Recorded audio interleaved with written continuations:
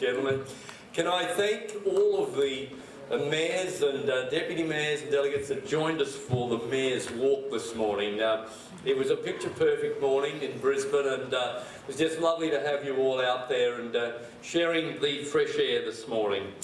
Last night we had a great dinner. We had the mayors and young professionals, which was a great opportunity for engagement for our future leaders, giving them the opportunity to mix with and share ideas with mayors and deputy mayors, and thank you all for coming to that dinner as well. Well, day two, and an exciting day lies ahead. Ladies and gentlemen, it's my great pleasure this morning to introduce to you the second of our keynote speakers. He's a man who's been a great friend of Brisbane. He was here in the lead up to the G20 in an event called the Global Cafe, and his name is SY Lau. The city of Brisbane has made SY Lau an honorary citizen during the course of this Asia-Pacific City Summit. But SY Lau oversees the Tencent online media group, which includes Tencent News Portal, Tencent Video, Tencent Weibo, Tencent Weishi, and mobile and media products. Tencent is the most profitable internet company in China. In 2015, and in fact just a very short time ago, SY Lau was named and awarded the World Media Person of the Year by the Cannes Lion Festival of Creativity. He also holds a special role, as I mentioned earlier, in our city now as an honorary ambassador. Ladies and gentlemen, will you join with me in welcoming SY Lau.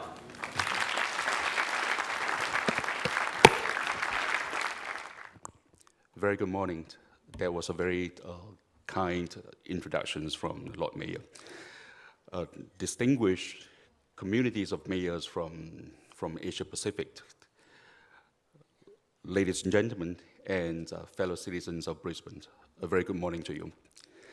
I am very, very honored on behalf of my company, Tencent, to be here today to share the stories about how internet has actually played a pretty significant role in helping cities develop in China in probably the last decade as the most important benchmark.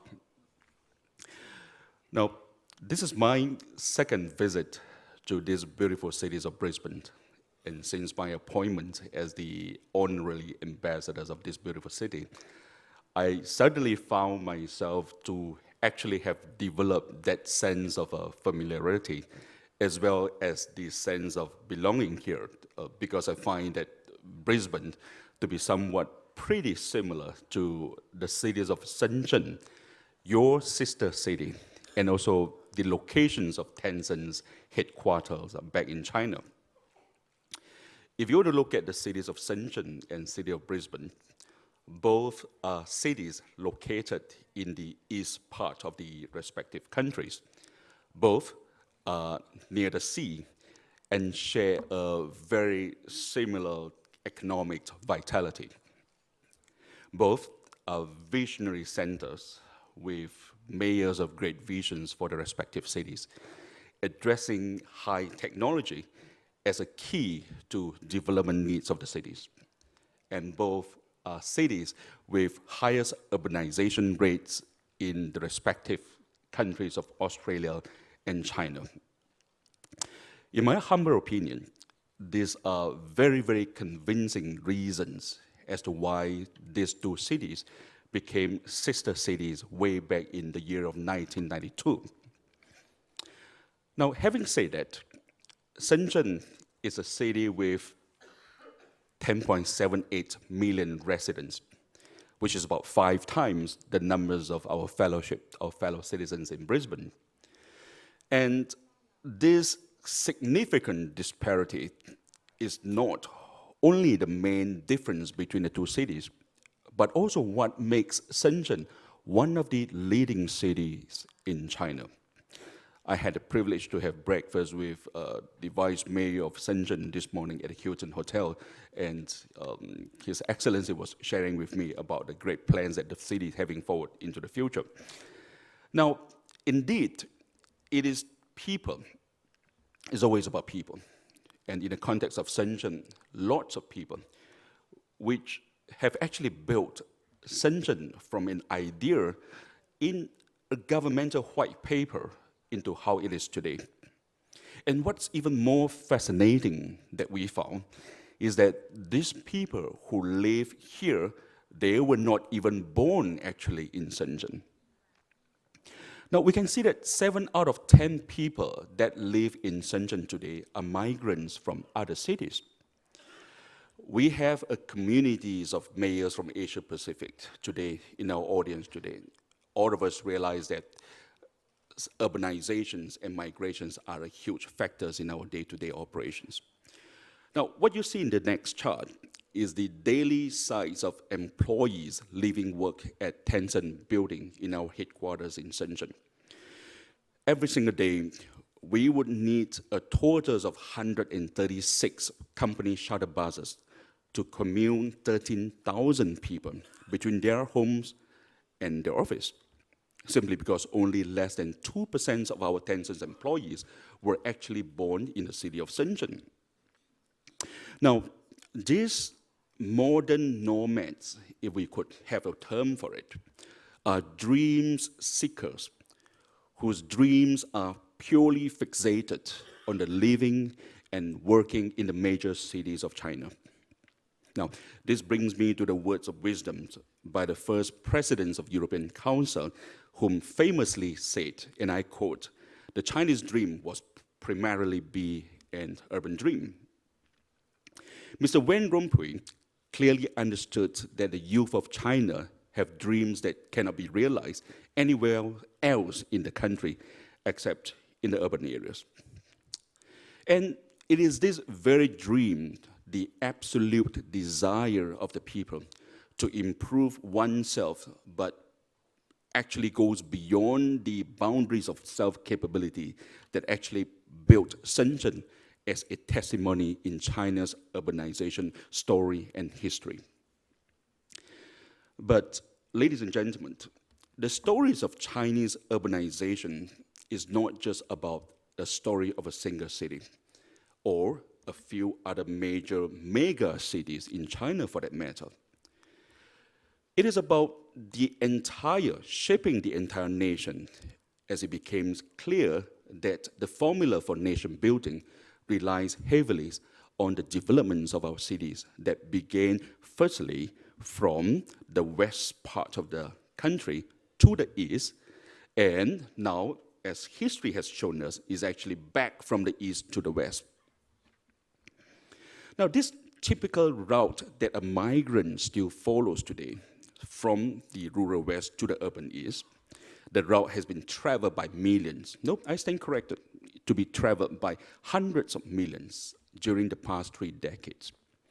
And what might be the results? Today, we see that 4 mega cities, Beijing, Shanghai, Guangzhou, and Shenzhen, stand proudly tall, together comprise barely 0.34% of the total areas of China, but are now home to 5.09% of the total population. And that is 15 times greater than the percentage of land that the cities actually occupy.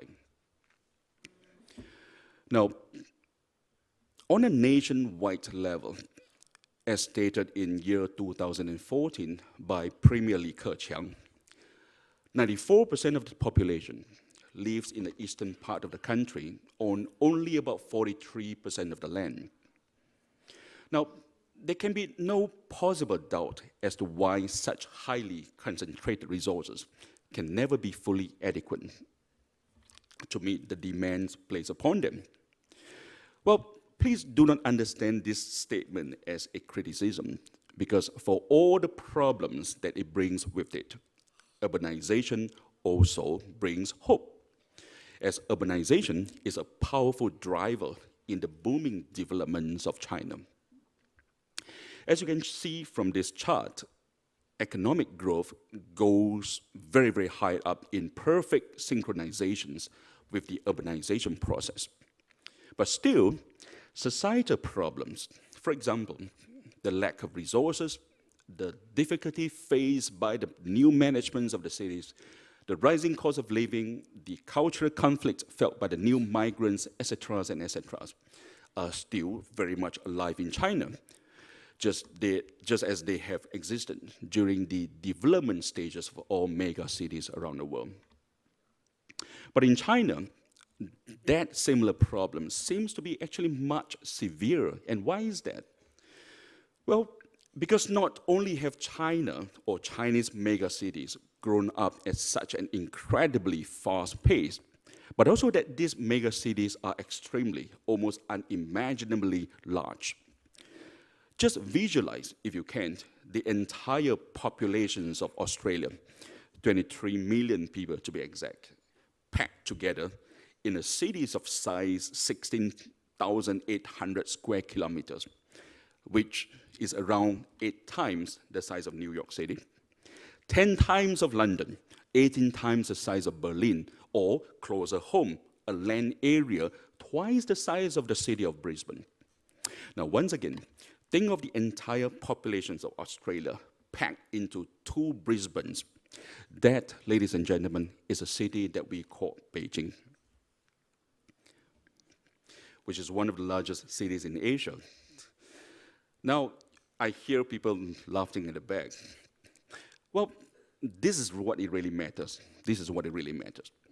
According to DBS, of all the 37 super cities that the world will eventually have by year 2025, 22 are expected to be in Asia. Now, the problems that urbanization brings in China are not just problems of China. They are and will continue to be problems, challenges, and also opportunities for the entire Asia-Pacific regions. The Chinese dreams will primarily be an urban dream, but finding methods to deal effectively with the bottlenecks created by urban development will soon be, by extension, a key component of achieving the entire Asia-Pacific dream. And from our point of view, it is a dream to be realized with the applications of internet and technology. Now, am I suggesting that the internet and technology are to be solely responsible for the realization of such mega dream at a broad stage? Certainly not. It would be foolish of me to even think about it. We are obviously not the only factor on this side of the development equations, but the internet, technology, will be an elevator of problems, and more importantly, an agent of change in the urbanization process, especially in the East to West movement to come. In the year 2011, for the very first time, more than half of China's populations were urban dwellers. But 2 years earlier, more than half of all internet users in China had already adopted the mobile internet as a basic structures of life. Now, from our perspectives, these 2 fundamental facts are not entirely unrelated or irrelevant, but actually intertwined. They both indicate that urbanizations and internet development in China is maturing. That maturation is a core condition for the convergence between information highway and traditional industries. Therefore, using the internet to drive urbanization into the next phase of city development has become possible.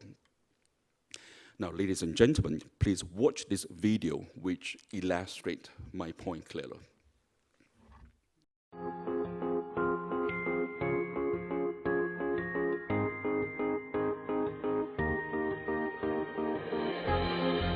In China, by connecting everything, the internet is bringing new lifestyles to this old Oriental civilization.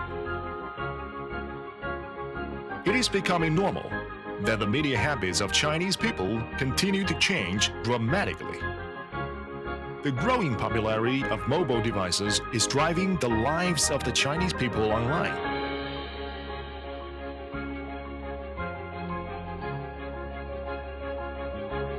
9 out of 10 Chinese internet users are hooked onto mobile. Order a meal, call a taxi,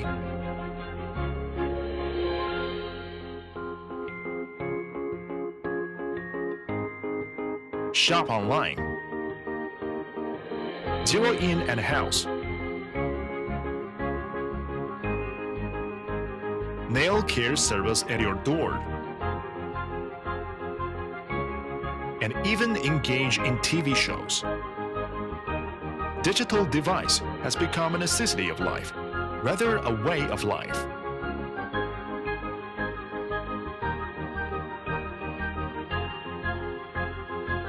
It is connecting people with services, with devices, and practically with everything. The great quantitative changes are leading to amazing qualitative changes thanks to the connectivity.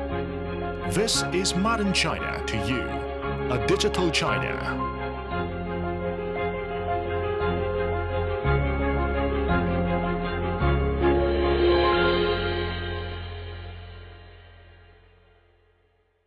Well, 3 years ago, no one in China had heard about the phrase Internet Plus. But at the end of year 2013, Tencent became the first company that articulated the concept, and finally, 2 years later, after a long period of preparations and warming up, we are glad to see that Internet Plus was officially announced as a national strategic direction with fundings of 6.4 billion in government funding. It is believed that the Internet Plus strategy will dramatically trigger multiple changes and developments in the whole nation, including contributing to urbanization going forward. Now, let's examine what specific role Internet Plus will play in this endeavor, as it helps the process of transforming inefficiency within cities into smart cities. Just like many cities around the world, some of the main problems or challenges in China's mega cities are the inefficiencies of urbanization, as described rightfully so in a report from the World Bank. Firstly, there's the inefficiency resulted from the usage of resources, and secondly, the meteoric rate of economic development created by urbanization becomes unsustainable due to the diminishing effects of the benefits of population growth.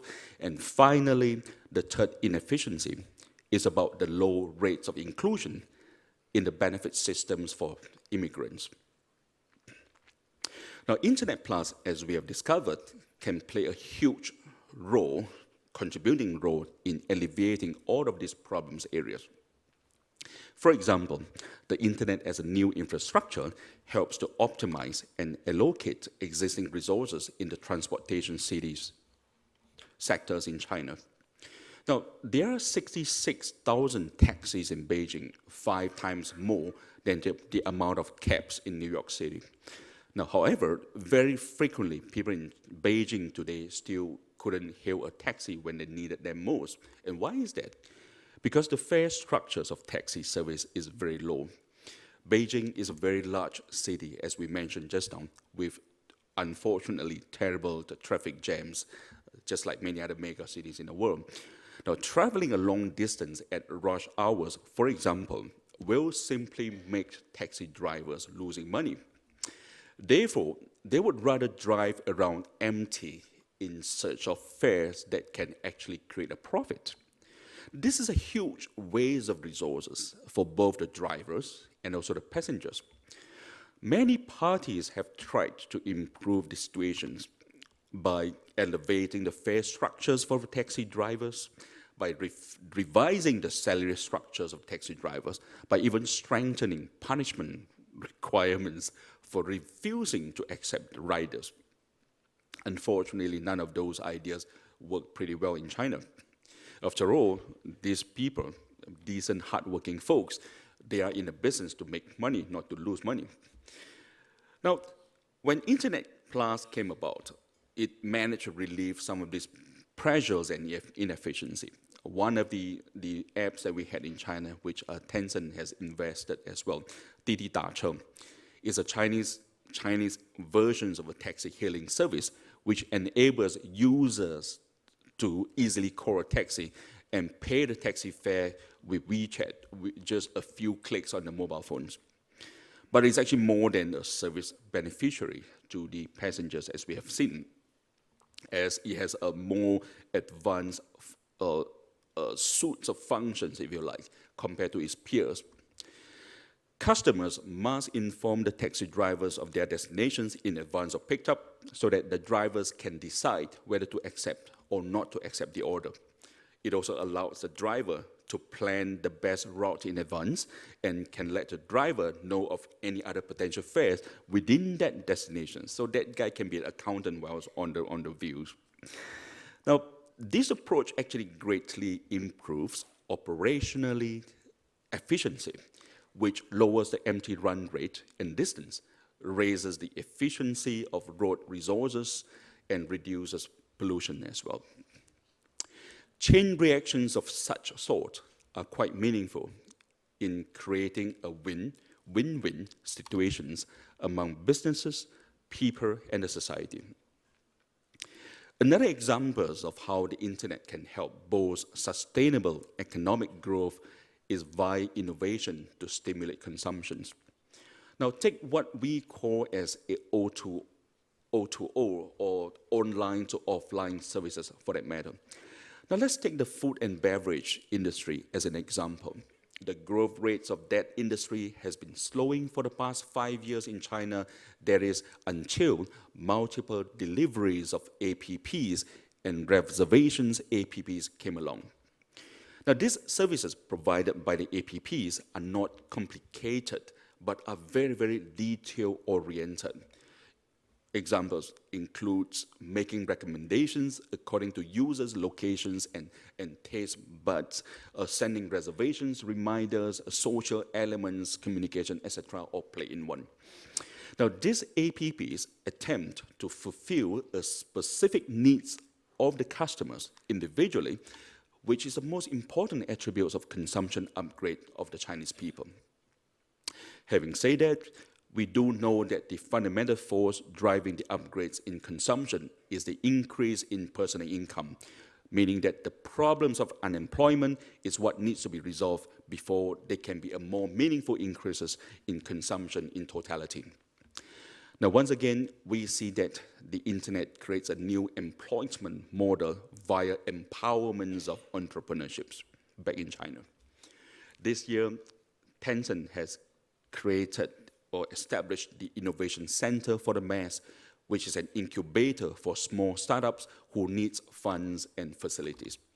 Such incubators make starting a business for any owners of business less risky, less difficult, and the young entrepreneurs can live in a quality life while still pursuing their dreams.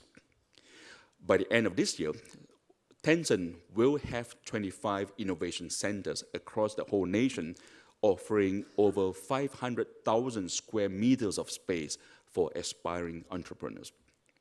And finally, Internet Plus also increases the efficiencies of social management and public services, making government less visible in areas that you shouldn't be visible, but also making public services much more easy to access. Not only entrepreneurs, enterprises, but governmental administrations and public departments are seizing that opportunities offered by the digital revolution, digital technology, and the mobilities of internet by implementing new social management systems and processes. For example, the Chinese government at all levels offers services through more than 40,000 official accounts in Tencent's Weixin platform, which is the sister APPs for WeChat in China. Now, please watch this video, and we are very happy to share with you how those 40,000 virtual assistants actually drive improvements and enhancements in many areas of life in China. Gimme, gimme, gimme, gimme, gimme that swing, gimme that swing, gimme that swing, gimme, gimme, gimme, gimme, gimme that swing, gimme that swing, gimme that swing, gimme, gimme, gimme, gimme, gimme that swing, gimme that swing, gimme that swing, gimme, gimme, gimme, gimme, gimme that swing, gimme that swing, gimme that swing. My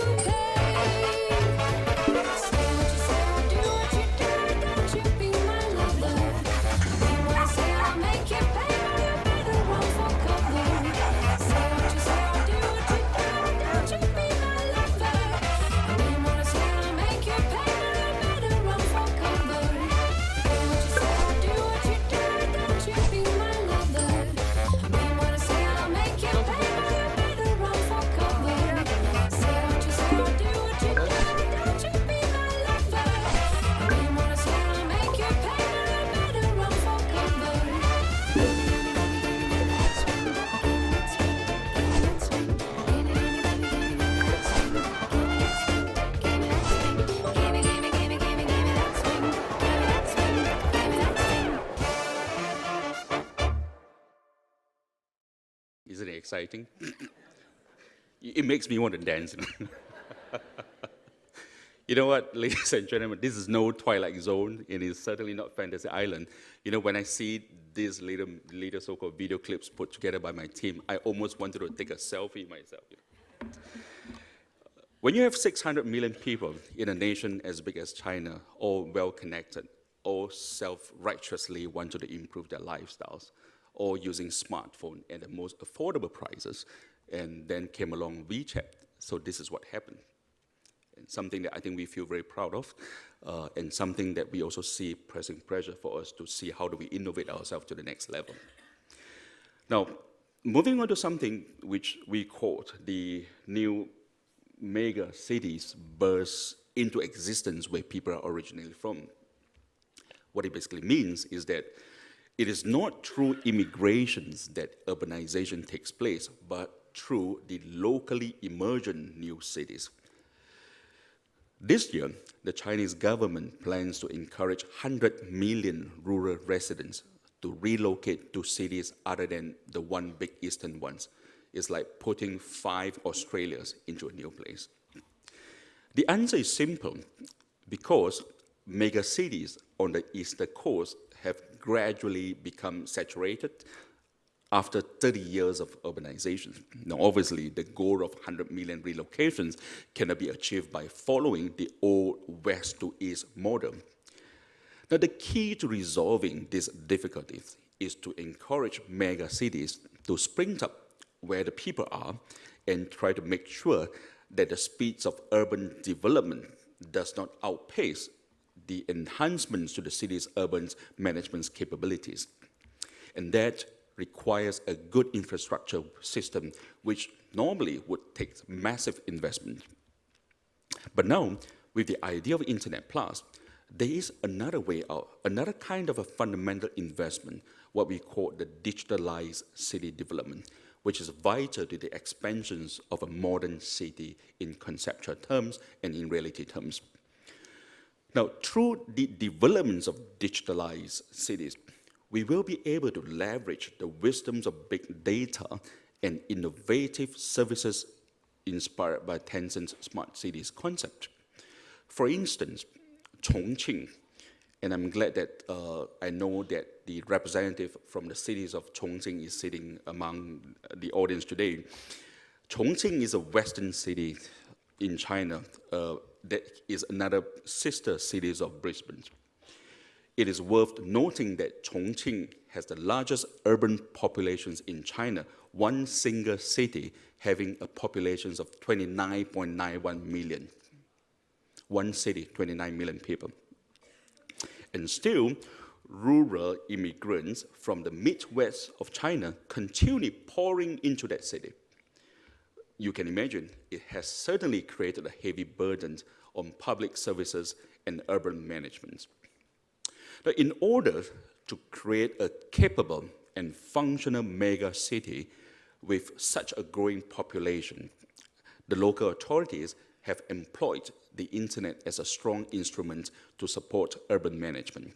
For example, within 5 years, Chongqing will equip all traffic entry points with nearly 1,000 smart traffic monitors, all linked to the city's transportation platforms, cloud computing, and big data analytics capabilities. They will collect data every single day on thousands of vehicles, through which the authorities can provide real-time traffic monitoring and management. Now, this is just one of the many activities that the cities of Chongqing is doing today. It's no surprisingly, today Chongqing is one among the 351 cities in China to actively embrace the concepts of Internet Plus. Chongqing's ranking in internet access is far higher than its ranking in per capita GDP. It's not about just quantity, but also quality. Problems arising from urbanizations are not just urban problems, as we realize. Now, if we understand that urbanization as a means to bring enhanced well-being to people, no matter whether they live in urban or rural areas, then the benefits of urbanization must be extended down to those who are living in the rural areas as well. Now, let me show you what is happening in the mountainous areas of Guizhou province, a western village named Liping, which is about 2,500 kilometers away from the city of Beijing. Let's play the video.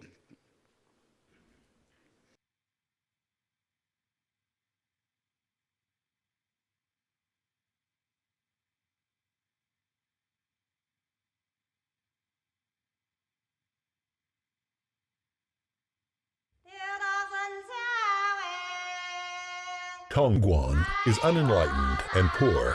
Due to the impact of China's market economy, the younger generation has to migrate to urban areas to earn a living. The dramatic changes in family structure come in the way of local economic development, not to mention inefficient communication, lack of information, cultural loss, and the deepening of the digital divide. 冇有生打工，会俺们都来，帮助人当员，我该我帮你做生活，我该香港。咱们村呢，大概2000人这样吧。开会呀，那大喇叭喊，还要挨家挨户上门去喊，走亲访友的、上山劳动的都喊不到的，远了。 做茶呢，当然辛苦嘛。如果遇到茶叶的淡季的话，我们的茶叶就只能放在冷库里面，或者就是低价出售嘛。哎，卖不出去就白干嘛。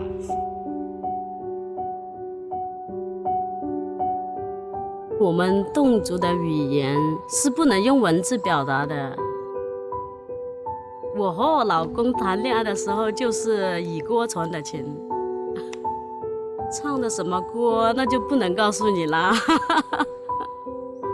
现在的年轻人嘛，不用唱歌谈恋爱了。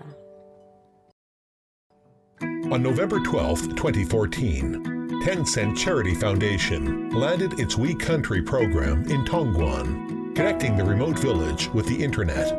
Nearly 100 villagers receive smartphones for free, signaling the era of rural internet all set to take off here.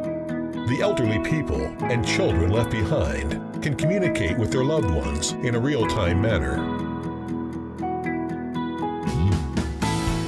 俺来通知，远门轮、大门板、后博物馆开山，后博物馆开山。 Village dynamics can be disseminated in a much more extensive and efficient way.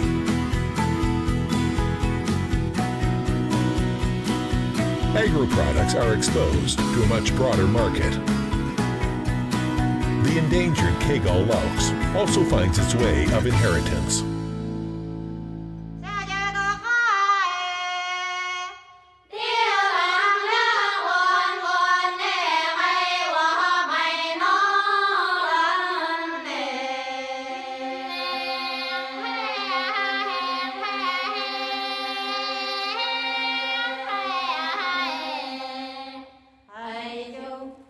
Teaching how to fish is any day better than simply giving away fish.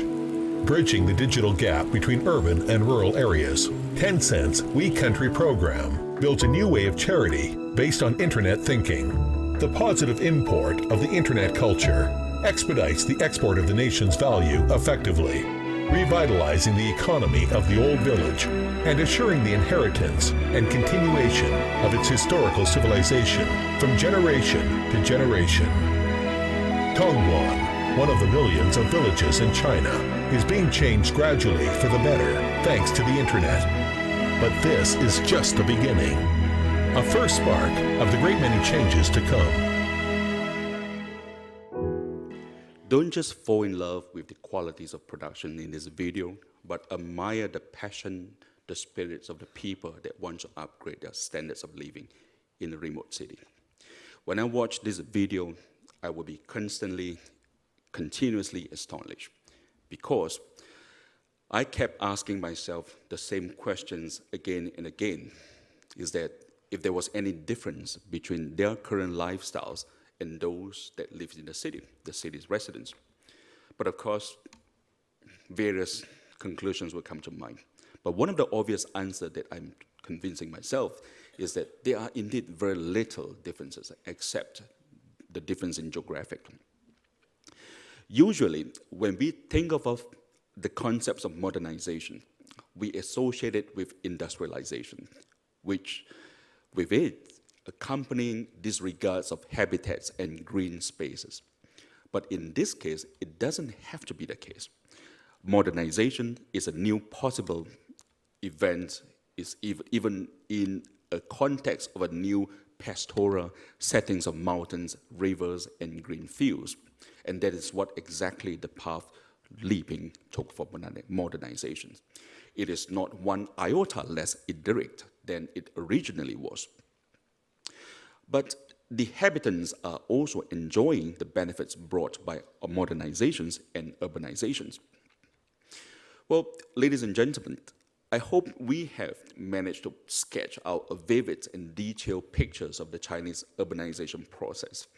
Its successful implementation is a dream well shared by the whole nations, and we believe that the Chinese urbanization journey is a unique model, as it is at the very crossroads of melding the best experience from the current model with new technology thinking, and therefore galvanizing potentially a nation into a new model altogether.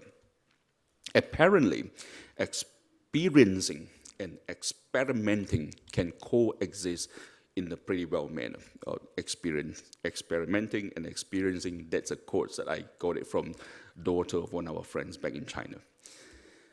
Well, now, we have nevertheless observed that for this hybrid model to take shape, a few fundamental factors or drivers must be in place, which serve as the essential infrastructure for urbanizations.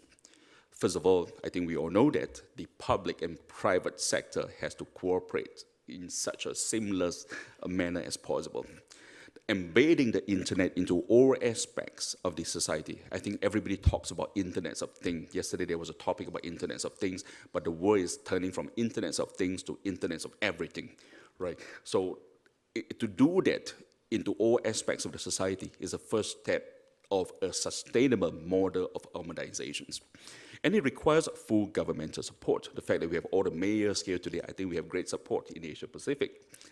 Now, the internet is of no less important to urbanization than electrification was to the second industrial revolution, which lit up the whole world and let us move into the era of modernity.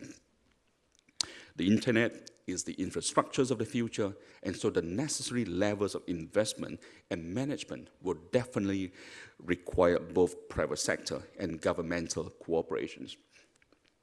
Secondly, the ambitions of digital urbanization with the internet is not possible without the right sets of talents or people.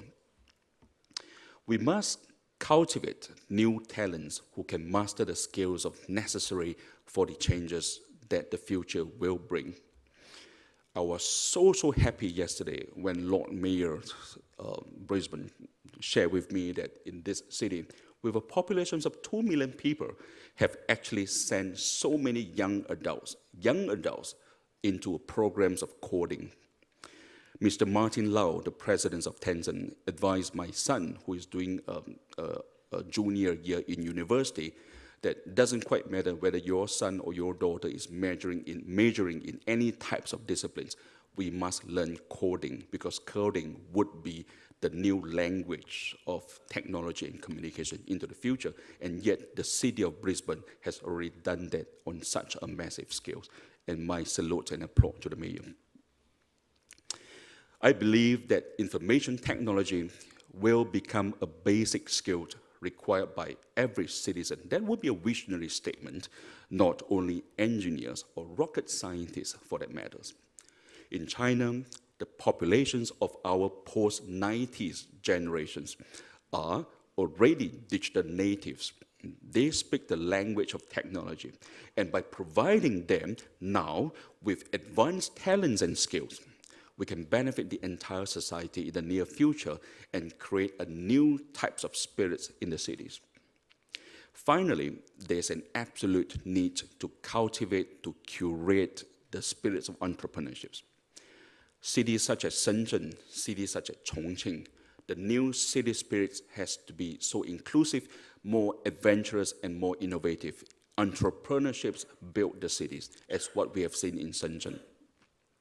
More importantly, as witnesses of the entire urbanization process, the residents of the city, no matter if they were born locally, if there are new migrants, shall be able to use information and tools to participate in the actual formations and ongoing developments of the city. They will be the foundation stones of the city.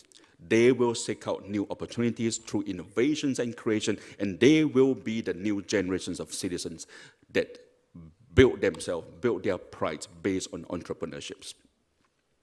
Well, ladies and gentlemen, I said earlier that the Chinese dream will primarily be an urban dream, and the urban dream inevitably will be a dream about connections and convergence.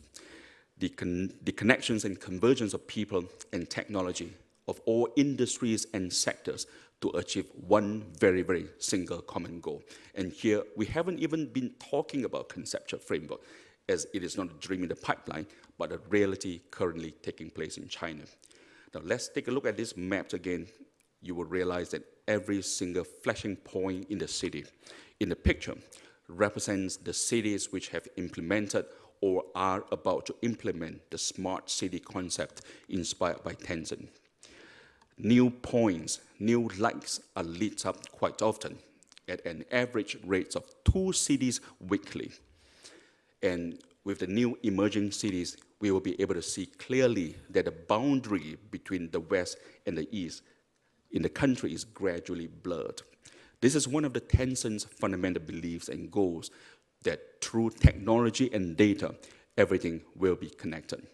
More cities become more livable, spawn more creativity, and add to our wisdom, which will enlighten not only China, but provide insights to the world. Ladies and gentlemen, and distinguished guests of the mayors, I thank you for your kind hospitality and your wonderful attention. Thank you. Ladies and gentlemen, Mr. SY Lau. Thanks so much. Well, Mayor, would you join us for a second? And Mr. Lau, if you could just pause for a moment. There's probably one or two questions we might be able to ask. It's such an amazing impact that digital cities have had. But my thought is, how's this change in digital functionality actually changing us as human beings? Yes. Yeah, well, I'm asking both of you. I think in this case, how are we finding changes to the human? Well, clearly it's changing our habits. The important thing that we need to remember is that while we have this digital transformation, our normal human desires, our normal human emotions have to still be key factors in the equation, and it's how we integrate our human needs and the digital changes. That's the key challenge that exists for us. And particularly, I think, for young people, learning the human interactions, not using the digital abilities that we have today to be a cop-out for engaging as human beings. That is our big challenge. Yes. To make sure that we don't lose that as we undertake the digital transformation. Certainly the case study examples you gave, Mr. Lau, were very interesting. I found them talking about using technology to actually improve a process, to improve connection between people, improve business processes as well. Mm-hmm. And I think the point is that it's now ubiquitous, it's everywhere. And the fact is that I can pull something out and hop onto WeChat and have a conversation with somebody. Allows me to link in a different way that I would have done in another time. Well, I suddenly realized that I'm mobile because I've got a yes, you do. mic on it. So, you know, this is the beauty of mobility. You know, you think about technology and all that. Yeah. Very good question. In fact, one of the things that we both were sharing yesterday, in the world of communities of internet people, we always talk about digital. We always talk about technology. One of the so-called enlightenment that we realized recently, you know, all of us are familiar with the concepts of information technology, IT. And over the past 3 decades, such concept has actually been embedded in all sorts of industry, all sorts of companies. Now, with the problems with the concepts of IT is that when people look at IT, they pay a lot of attention to the concepts of technology, without realizing that the real potentials of IT actually rests on the utility of I, which is information. It's very much similar when you have like a lot of so-called big data.